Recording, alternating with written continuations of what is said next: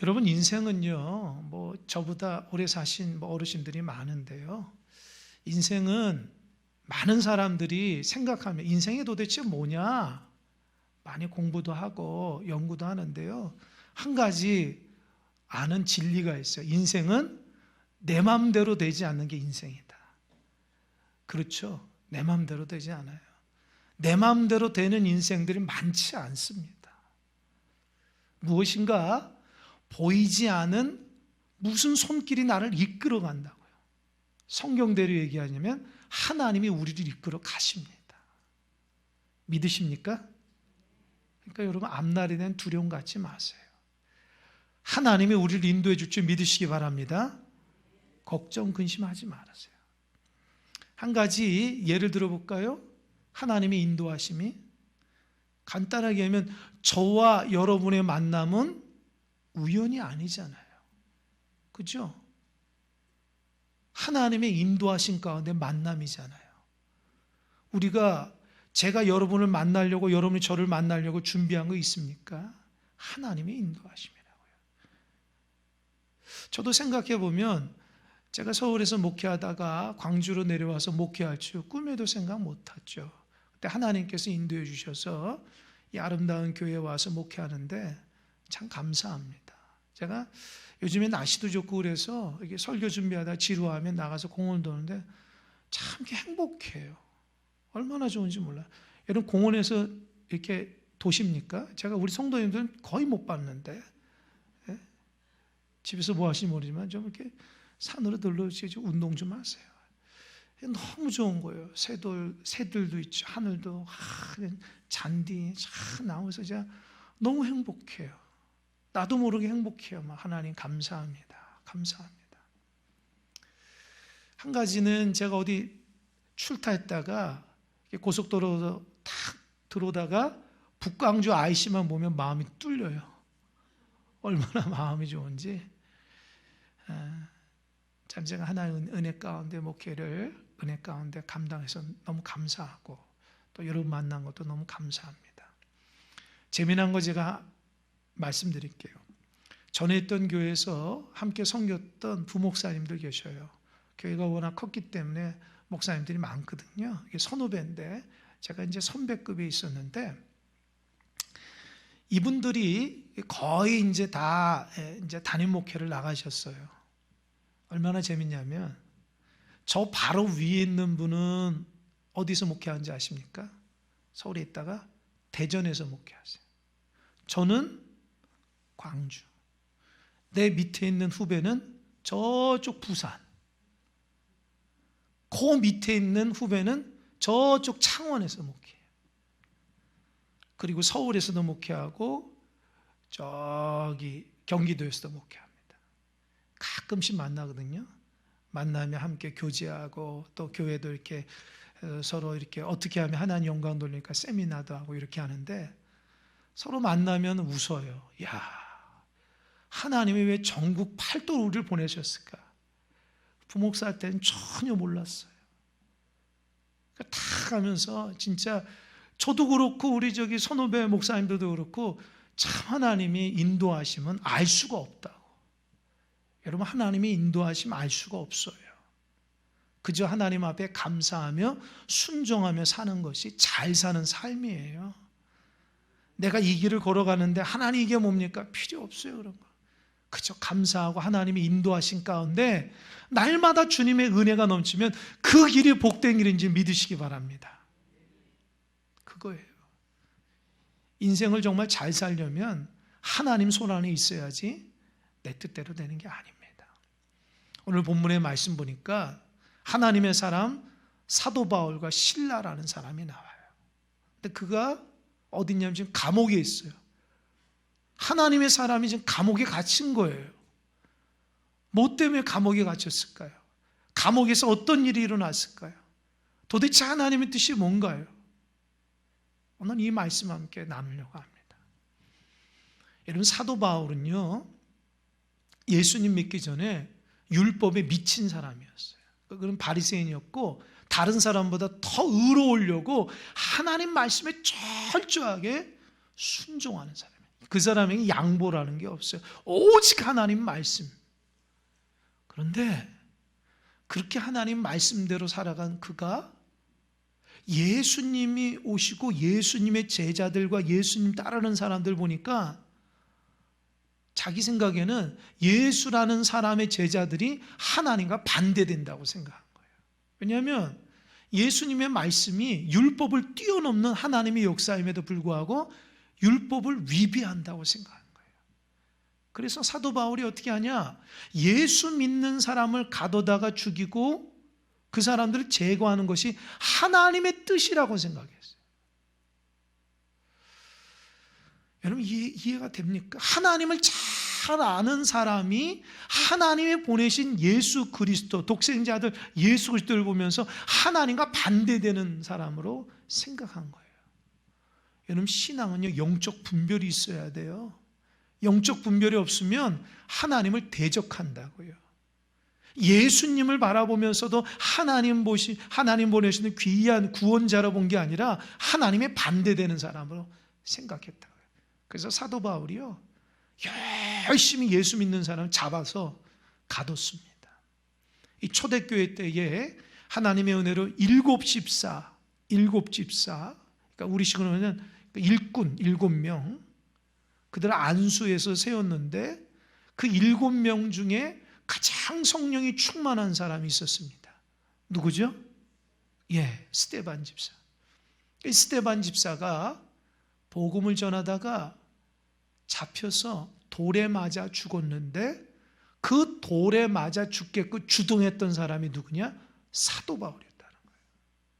안타깝잖아요. 그리고 나서 사도 바울은 스데반을 죽이고 나서 얼마나 마음이 흡족한지 하나님 기뻐한다 생각한 거예요. 그래서 어떤 생각이냐면 저쪽 북쪽에 있는 다메섹에까지 가서 예수 믿는 사람을 잡아서 가둬야 되겠다 생각하고 쭉 올라가요. 한참을 올라가다 다메섹에 딱 이르렀을 때에 마음이 기뻐요. 왜요? 예수 믿는 사람 다 잡아서 가두는 것이 하나님의 뜻이다. 근데 갑자기 하늘에서 강렬한 빛이 사도 바울을 비췄어요. 순간 두 눈을 잃어버렸어요. 보이지가 않아요. 3일 동안 어두운 곳에 고통 가운데 있으면서 그가 뭐한지 압니까? 철저하게 회개한 거예요. 무슨 회개했을까요? 하나님의 사람 스데반을 죽였고 하나님의 사람 수많은 사람을 가다놓고 하나님 보시기에 온전치 못하게 했던 모든 행위들과 말들과 모든 마음들을 그 3일 동안 철저하게 하나님께 회개했다고요. 그리고 나서 다메섹 아나니아라는 사람이 그에게 안수하자마자 눈에 비늘이 벗겨지고 보이게 됐어요. 그리고 나서 어떻게 했어요? 나가서 복음을 전했습니다. 기적이 일어난 거예요. 예수님 믿는 자들을 잡아놨던 사람이 강렬한 빛에 3일 동안 있다가 나가서 예수 믿으십시오.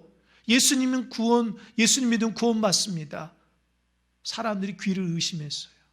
아니 어떻게 예수님을 죽이려 했던 사람이 저럴 수가 있을까? 여러분, 사람이 바뀔 수 있습니다. 믿으십니까? 하나님의 은혜의 빛이 여러분을 비추면 강팍한 사람도 바뀔 수 있어요. 수많은 죄를 지었어도 하나님께서 강권적으로 바꿀 수 있습니다. 근데 여러분, 하나님이 여러분을 이렇게 꼬꾸라트려서 바꾸는 게 원하십니까? 그럼 여러분 마음대로 사십시오. 하나님 여러분 꼬꾸라트릴 겁니다. 그러나 순종하며 살아가면 하나님이 여러분을 축복 가운데 변화시킨 줄 믿으시기 바랍니다. 그래서 강팍하면 안 돼요.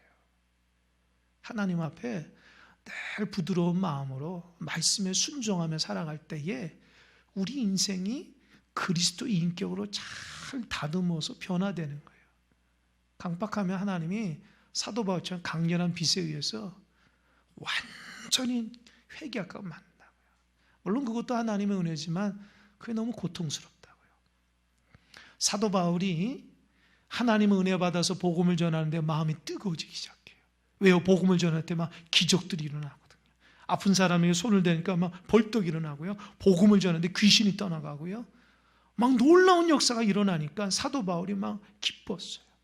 사도 바울이 하나님의 영광을 위해서 내가 무엇을 할 수 있을까 생각하다가 전 세계로 복음을 전해야 되겠다 생각해서 10년 동안 전체 3번의 전도 여행을 통해서 가는 곳마다 교회를 세워요.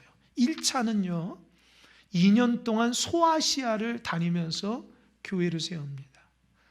이 학자들이 의하면 사도 바울이 가는 지역마다 복음의 핵폭탄을 탁 터뜨려서 다 전멸시켰다는 거예요. 그 말이 뭐예요?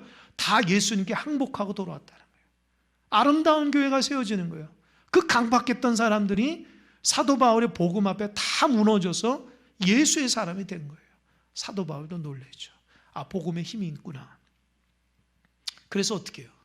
1차 전도여행을 다 끝나고 이제 2차 전도여행을 하려고 준비하고 있는데 하나님 2차 때는요 1차 소아시아가 은혜 가운데 잘 성장했으니까 다시 한번 방문해서 이 사람들 복음으로 다시 한번 세우겠습니다. 그렇게 하고 준비했거든요. 그래서 소아시아로 딱 떠나려고 하는데 누가 막아요? 사도 바울의 복음을 막습니다. 누가 막죠? 성령님이 막아요. 여러분 이해됩니까? 복음을 전하는데 사탄 마귀가 막는 게 아니라 성령님이 막는 거예요. 왜요? 하나님이 사도 바울이 쓰시고자 하는 곳으로 데려가고 싶은 거예요. 여러분 아무리 사도 바울이 정말 은혜가 충만해도 그의 생각 가운데 하나님을 따라갈 수가 없는 거예요. 사도 바울이 소아시아에 가서 다시 한번 복음을 세우겠다니까 하나님 입장에서는 더 급한 데가 있었어요. 그래서 성령이 딱 막았습니다. 여러분 성경을 보면 사도 바울이 굉장히 고집이 센 사람으로 나와요. 왠지 알아요? 성령이 막아도 다시 소아시아로 가려고 그래요. 그러니까 비두니아로 딱 가려고 할 때에 예수의 영이 또 막았다는 거예요. 자, 하나님이 재차 그 길로 가면 안 돼. 딱 막은 거예요. 그때서야 사도 바울이 아 이게 정말 하나님의 인도하심이구나. 여기가 어디 갔냐? 유럽으로 갑니다. 유럽을 가는데 유럽의 첫 성인 마게도냐에서 간 곳이 어디냐? 빌립보예요. 그러니까 사도 바울은 마음속에 내가 가고자 하는 곳이 아니라 하나님이 인도하시는 곳이기 때문에 빌립보에 엄청난 복음의 역사가 있겠다 생각한 거예요. 근데 가보니까 전도 대상자 별로 없는 거예요. 하루는 답답해서 사도 바울과 일행이 강가에서 하나님 앞에 기도하는데 거기에 몇 명의 부녀자들을 만났어요. 그들에게 복음을 전했거든요. 그랬더니 그 어떤 한 사람이 복음을 듣는데 막 기뻐하고 감사하며 진짜 구원의 역사가 들어가는 듯하게 하나님 말씀을 들어요. 그 사람이 누구냐? 루디아라는 여인이에요. 자주새 옷감 장사인데 여러분 그 당시 자주 옷감 장사는요 굉장히 고급진 우리 식대로 얘기하면 한복같이 굉장히 비싼 그 옷감을 판매하는 여인이었다고요. 그러니까 부자죠. 근데 그 여인이 예수님의 복음을 탁 듣고 인생에서 예수님을 영접하고 달라집니다. 그가 예수님의 복음을 듣고 달라지니까 누가요? 그의 집안에까지 가가지고 사도 바울을 데리고 복음을 전하는데 그래서 온 식구가 예수님 믿고 구원받고 세례를 받아요. 할렐루야. 이게 하나님의 역사입니다. 그러나 몇 명 되지 않았어요. 그러나 루디아는 빌립보 교회의 아주 중추적인 인물이었어요. 빌립보 교회가 세워지고 빌립보 교회가 성장하는데 아주 중추적인 임무를 감당해요. 그러나 빌립보에서는 몇 명 전도 못했어요. 사도 바울이 실망했죠. 근데 어느 날은 귀신 들린 여인을 고쳐주십니다. 사도 바울이 가는 곳마다 복음을 전하는데요. 어떤 여인이 젊은 여인이 와가지고 항상 그런 얘기예요. 아, 저 사람들은 하나님의 종으로서 우리에게 구원의 도를 전하는 사람들이라 그렇게 옆에서 자꾸 얘기를 해주는 거예요. 그럼 여러분 이 말을 듣고 사도 바울이 기뻐하지 않고 엄청난 스트레스를 받아요. 맞는 소리인데 왜 사도 바울이 스트레스 받는지 아세요? 그 여인 안에 있는 귀신이 얘기했기 때문에 그래요. 여러분 귀신들도 하나님의 사람이 아니면 정확히 알거든요. 근데 거기에는 믿음이 들어가지 않았기 때문에 사도 바울은 귀신이 자기를 조롱하는 거 들은 거예요.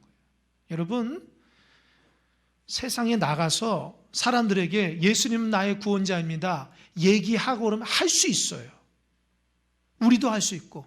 근데 우리는 믿음으로 하고 세상 사람은 그냥 종이 읽는 거예요. 하나님은 우리에게 무엇을 받죠? 믿음의 고백을 받는 거예요. 오늘 예배드린 여러분도 하나님이 여러분 믿음의 고백을 받는지 믿으시기 바랍니다. 사도 바울이 그 여인에 들어간 귀신이 사도 바울이 복음을 전해서 방해를 하는 거예요. 사도 바울이 안 되겠다 싶어가지고 그를 불러서 예수님의 이름 명하노니 더럽고 추한 악령은 낫사렛 예수님이 물러갈지어다 하니까 그 여인이 뒤집어지면서 귀신이 떠나간 거예요. 그래서 그 여인이 올바로 된 거예요. 하나님께 영광 돌렸죠. 그런데 이것 때문에 사도 바울이 문제가 일어나요. 그게 무슨 말이냐? 알고 보니까 이 여인이 점치는 여인이었어요. 사람들에게 돈을 받고 점을 치는데 이 여인의 주인이 있어요. 주인이 이 여인을 노예로 삼아가지고 이 여인이 귀신 들려가지고 앞날에 대한 얘기를 하니까 사람들이 하도 신통방통해가지고 돈을 들고 이 여인에게 나오는 거예요. 그러니까 주인에게 돈을 주면 이 하인 이 여인이 귀신의 장난으로 앞날을 얘기해 주는데 잘 맞히는 거예요. 근데 그 귀신이 떠나갔으니까 이제 주인 입장에서는 돈벌이를 못하는 거죠. 그러니까 어떻게 해요? 사도 바울 일행을 고발하는 거예요. 사도 바울 일행이 감옥에 갇혔어요. 근데 왜 귀신을 내쫓았다고 해서 감옥에 갇혀도 됩니까? 사실 유대 땅에 일어났다면 갇히지 않아요. 그러나 지금 있는 곳이 이방 땅이었고 유대 사람이 들어와서 사람들을 혼란스럽게 했기 때문에 그 당시에 관가에서는 그들을 실컷 두드려 패고 아주 피 터지게 두드려 패고 깊은 감옥에 집어넣습니다. 이 깊은 감옥은 지하 감옥이에요. 그리고 성경을 보니까 발에 이렇게 착고를 다는 거예요. 여러분, 깊은 감옥과 착고를 다는 것은요, 악질 중에 악질인 죄인들만 그렇게 다룬다고요. 근데 여러분, 귀신 쫓아내가지고 사람을 온전케 했는데 사람들은 그를 악질 죄인이라고 여긴 거예요. 사도 바울이 어떤 마음이겠습니까? 아마 여러분이라면 어떤 마음이겠어요? 복음을 전하다가 귀신을 내쫓았는데 이렇게 실컷 얻어터지고 깊은 감옥에 들어가가지고 꼼짝도 못하게 발에 착고를 탁 붙인 거예요. 여러분이나 어떤 마음 들겠어요? 아마도 이런 마음 들 거예요. 첫 번째, 원망이죠, 원망. 어떤 원망하겠습니까? 제가 한번 사도 바울의 그 원망 한번 얘기해 볼까요? 하나님, 제가 소아시아로 간다고 했지 않습니까? 왜 나를 이곳에 보내가지고 전도도 못하고 이런 꼴을 당하게 합니까? 도대체 하나님이 어떤 분이십니까? 하나님 저 믿습니까? 왜 이런 꼴을 당해야 됩니까, 하나님? 제가 소아시아에 간다고 했는데 왜 나를 맡고서 이렇게 하십니까? 하나님, 전도가 이제 끝났어요. 깊은 감옥에 있어요. 나가서 복음도 못 전해요. 그렇게 원망했어요. 두 번째 원망. 하나님, 귀신 내쫓아가지고 사람을 올바르게 했으면 하나님 나를 좀 붙들어 주셔야지. 왜 내가 이런 고난을 받아요? 하나님, 귀신 내쫓았는데 하나님 나를 돌봐야지. 하나님, 내가 이렇게 왜 많이 맞아야 돼요? 복음을 전하다가. 그런 원망을 했을 거라는 거예요. 아마 여러분도 그 상황이었다면 그런 원망을 했겠죠. 아마 더 크게 원망한 사람도 있었을 거예요. 그런데 성경을 보면 그런 소리가 없어요. 자, 오늘 제목처럼 한밤중에 기도와 찬송을 하고 죄수들이 들었다는 거예요. 저는 이번 주간에 계속해서 도대체 사도 바울과 실라가 한밤중에 왜 이런 짓을 했을까? 이런 짓이에요. 인간적으로는 도저히 이럴 수가 없어요. 조금 깊이 있게 얘기해 볼까요? 시큰 얻어 터졌기 때문에 일어나기도 힘든 몸이라는 거예요. 그런데 누가 시켜서 하는 게 아니고 그들이 일어났어요. 그리고 누가 시켜서 하는 게 아니라 그 감옥에서 손을 들고 하나님 앞에 기도하고 찬양을 한다는 거예요. 정신 나간 사람이죠. 그러나 그들에게 있어서는 그게 당연해요. 그럼 여러분, 제가 한 주간도 하나님 앞에 기도하면서 어떤 마음을 갖냐면, 하나님, 도대체 사도 바울의 기도는 무슨 기도였을까요? 제가 그게 궁금한 거예요. 자료를 찾아봐도 거기에 무슨 기도한 거 나오질 않아요. 제가 한 주간 동안 고민해 봤어요. 여러분은 무슨 기도했을까요? 복음 전하다 시큰 얻어 터졌어요.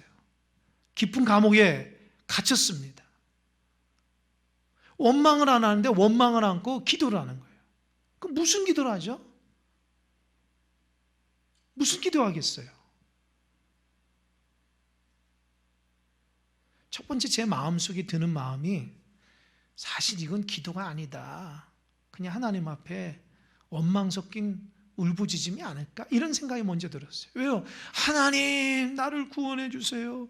사망의 음침한 곳에 있습니다. 나를 좀 구원해 주세요. 빨리 나가서 복음 전하게 해주세요. 이런 기도 드릴 만해요. 그런데 제가 월요일날 그 마음 들다가 화요일날은 아니다, 사도 바울이 그런 기도 안 했을 거다. 그럼 무슨 기도했을까요? 제가 하나님께 기도하면서 어떤 마음을 받냐면, 골로새서 1장 24절 읽고 내가 감동받았어요. 거기 뭐라 써있냐면, 그리스도의 남은 고난을 몸된 교회를 위해서 내 육체에 채우노라. 이게 사도 바울의 고백이거든요. 그러니까 사도 바울은 고난 받는 것을 두려워하지 않았어요. 고난 받는 것을 불평하지 않았어요. 마땅히 예수 그리스도의 복음을 전하고 고난 받는 것을 기본 상식으로 알고 있는 거예요. 그러니까 사도 바울이 얻어 터졌다고, 사도 바울이 깊은 감옥에 들었다고 하나님 앞에 원망할 사람 아닙니다. 왜요? 사도 바울은 예수님 만나고 삶이 완전히 달라지고 자기가 죽을 때까지 예수 그리스도의 십자가의 그 길을 걸어간다고 생각했기 때문에 고난받는 것을 두려워하지 않았어요. 그러니까 하나님, 나 살려주세요. 여기서 나가게 해주세요. 나에게 고통받는 다 하나님 벌해주세요. 이런 기도 안 했다고요. 그 무슨 기도였을까요? 하나님이 왜 여기서 감옥에 집어넣었죠? 저는 알 수 없지만 하나님의 뜻이 있는 줄 믿습니다. 하나님, 하나님의 뜻이 이루어지게 해주세요. 그거 놓고 기도한 거예요. 이해되셨습니까? 기도도 내 욕심으로 하는 것이 아니라 하나님 중심으로 기도해야 됩니다. 내가 어렵고 힘드니까 하나님이 다 내 마음처럼 어렵고 힘든 것처럼 아닙니다. 정말 우리가 그곳에서 하나님의 뜻이 뭔지를 알아야 되는데, 하나님이 왜 나를 이곳에 가뒀는지, 하나님의 뜻이 뭔지 나는 알 수 없지만 하나님의 뜻과 섭리가 있어서 이곳에 가두는 이유가 있을 것인데, 그 하나님의 뜻을 위해서 시큰 얻어 터지고 일어나지도 못한 그 상황 속에서 하나님 앞에 두 손 들고 하나님 영광을, 하나님의 뜻이 이루어달라고 기도하고 찬양했다는 거예요. 여러분, 이제껏 신앙생활 하면서 욕심내지 마세요. 여러분이 잘 되는 게 하나님의 뜻이라고 그렇게 착각하지 마세요. 하나님의 뜻이 나에게 이루어지는 게 하나님 뜻이지, 내 뜻이 내 뜻대로 이루어지는 게 하나님 뜻이 아니라고요. 우리는 얼마나 욕심부리고 얼마나 교만한지, 내 뜻대로 안 되면 그것이 하나님의 뜻이 아닌 것처럼 생각하는데 그거 아닙니다. 우리는 하나님의 뜻대로 살아가는 종입니다. 믿으십니까? 믿으십니까? 여러분 잘 되는 게 하나님 뜻이 아니라 여러분이 하나님의 뜻대로 되는 것이 하나님의 뜻이에요. 이걸 모른다고요. 그러니까 세상 앞에 우리가 넘어진다고요. 여러분 좀 지혜로웠으면 좋겠어요. 저를 비롯한 사람은 모두 다 하나님 뜻이 먼저예요. 내 뜻이 중요한 게 아니라고요. 이 말씀이 있는데 제가 참 감동받고 한 주간 동안 부끄럽고 한 주간 동안 어떻게 이런 하나님 사람이 있을까? 정말 하나님 기뻐하시는 종이다. 찬양한다고요. 하나님, 내가 이곳에 있지만 하나님 영광 받으려고 찬양한다고요. 우린 조금만 힘들어도, 조금만 안 돼도 하나님 앞에 원망하지 않습니까? 사람 원망하지 않습니까? 그런 마음으로 하나님 앞에 바로 설 수가 없어요. 진짜 하나님 뜻이 뭘까? 하나님 나를 이렇게 힘들게 하는 뜻이 뭐지? 그거를 먼저 찾아야 되는데 그 성숙함이 없어요. 그런데 여러분, 바울과 실라가 감옥에서 하나님 앞에 두 손 높이 들고 기도하고 찬양하는데 정말 믿음의, 그러니까 절대 믿음으로 기도하고 절대 감사가 있었기 때문에 그 행동을 한 거예요. 그 증명하는 게 뭐냐? 죄수들이 듣더라라는, 이 듣는다라는 말을 듣고 제가 감동을 받은 거예요. 이 듣다라는 말이 헬라어로요, 원망스럽게 듣거나 불편하게 듣는 것이 아니라 그 원어적인 뜻이 흥미롭고 기쁨으로 듣는다는 말이 듣는다예요. 이 본문에. 그러니까 사도 바울과 실라가 막 하나님을 원망하고 자기를 괴롭힌 사람을 원망하며 호소하며 기도하고 찬양한 것이 아니라 하나님의 영광과 뜻을 위해서 기도했다는 증거가 뭐냐? 죄수들이 듣더라. 믿지 않은 사람들에게도 감동을 줄 수 있는 기도와 찬양이었다는 거예요. 여러분이 감사하며 여러분 믿음 살면 믿지 않은 사람들이 감동을 받습니다. 아멘? 아멘? 감동을 줘야 돼요. 사람들이 여러분 보면 아이고 저런 사람이 교회 다녀, 이런 손가락질 받으면 안 되겠죠. 뭔가 다르다. 하나님의 사람이다. 저 사람 믿는 하나님도 도대체 어떤 분인 게 저 사람이 저런가? 감동을 줄 수 있어야 돼요. 그때 이 하나님이 기적을 일으켰어요. 갑자기 그 지하에 큰 지진이 일어나더니 옥문이 다 열렸어요. 창고가 다 풀렸어요. 저는 이것도 이해가 안 돼요. 왜요? 지진이 나면 지진이 났지 옥문이 열리고 창고까지 풀어진 건 무슨 의미예요? 이거 하나님께서 하신 거라는 거예요. 우연치 않게 거기서 지진인 것이 아니라 지진이 나자 옥문이 열리고 창고가 풀린 건 하나님이 하신 거예요. 의도적으로 하나님이 하신 거예요. 왜요? 그 기도와 찬양을 들으셨기 때문입니다. 아멘? 하나님은 기도에 응답하시고 하나님 우리 찬양에 들으시는 응답하시는 믿으시기 바랍니다. 우리의 예배를 들으시는 분이에요. 아멘?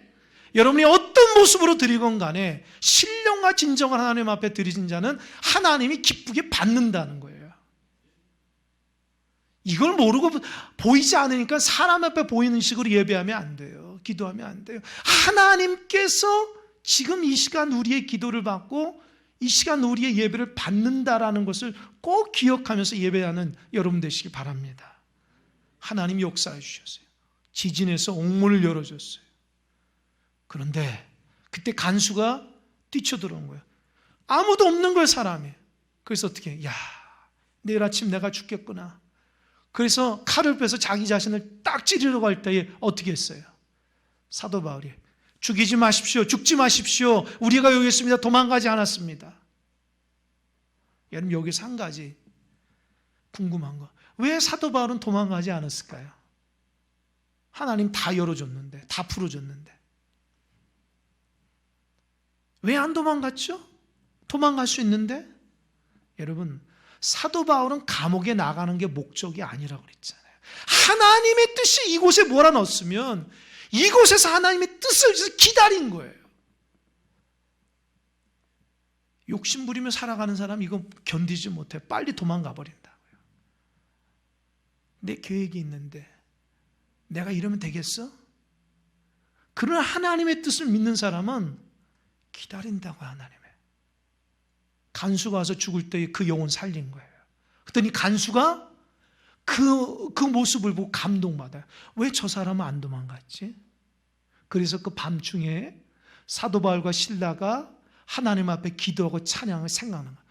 도대체 저 사람이 믿는 하나님은 어떤 분이기에 고난 가운데서도 저렇게 하나님을 찬양하고 도망가지 않을까? 그때 순간 감동을 받아서 성경에 보니까 그 간수가 사도 바울에게 선생님, 어떻게 하지 내가 구원을 받을 수 있겠습니까?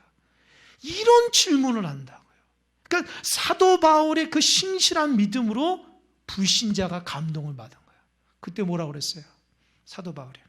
이거는 좀 읽어봐야 돼요. 31절 다 같이 시작. 이르되 주 예수를 믿으라. 그리하면 너와 내 집이 구원을 받으리라. 따라해 보세요. 주 예수를 믿으라. 그리하면 너와 내 집이 구원을 받으리라. 저 좀 보세요. 하나님이 왜 사도 바울을 감옥에 집어넣냐면 이 말씀하라고, 이 한 말씀하라고. 어떻게 구원받죠? 주 예수를 믿으라. 그러면 너와 내 집이 구원받는다는 그 말 때문에 사도 바울을 감옥에 가둬놓은 거예요.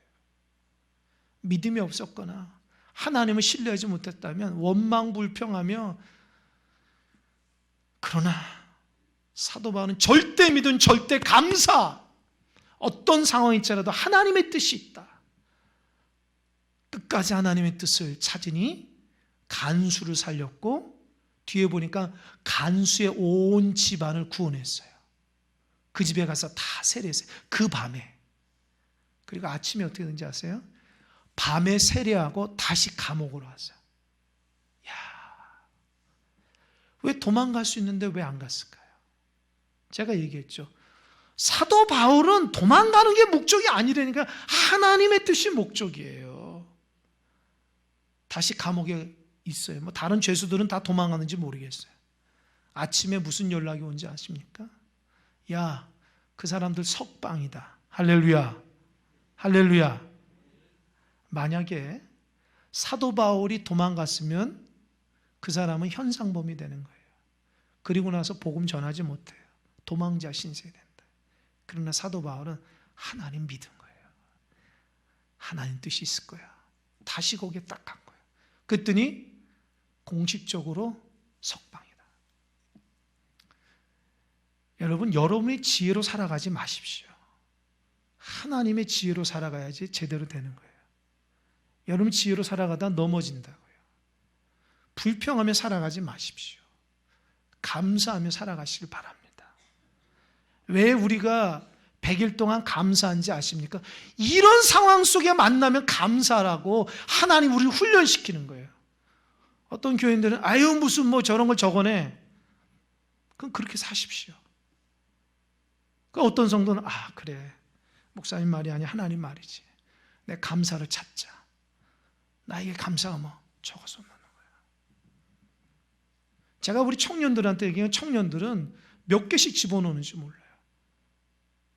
아마 우리 교회에서 청년들이 제일 많이 집어넣었을 거예요. 제가 강조를 하니까. 여러분, 감사할 때의 기적이 일어납니다. 감사를 잊어버린 분이 있습니까? 원망불평하며 인생에 재미도 없이 살아가는 분이 있습니까? 회복하셔야 돼요. 감사가 기쁨이라고요. 뭐 때문에 살아가냐고요? 하나님 믿으며 기쁨으로 살아가야 되는데 뭐에 끌려다니는지 몰라요 우리가. 사도 바울은 그 감옥에서 하나님의 놀라운 은혜를 경험한 거예요. 하나님의 쓰임받는 귀한 의의 도구가 다 되시길 바랍니다.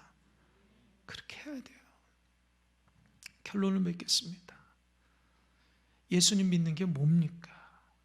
감사하며 살아가는 거예요.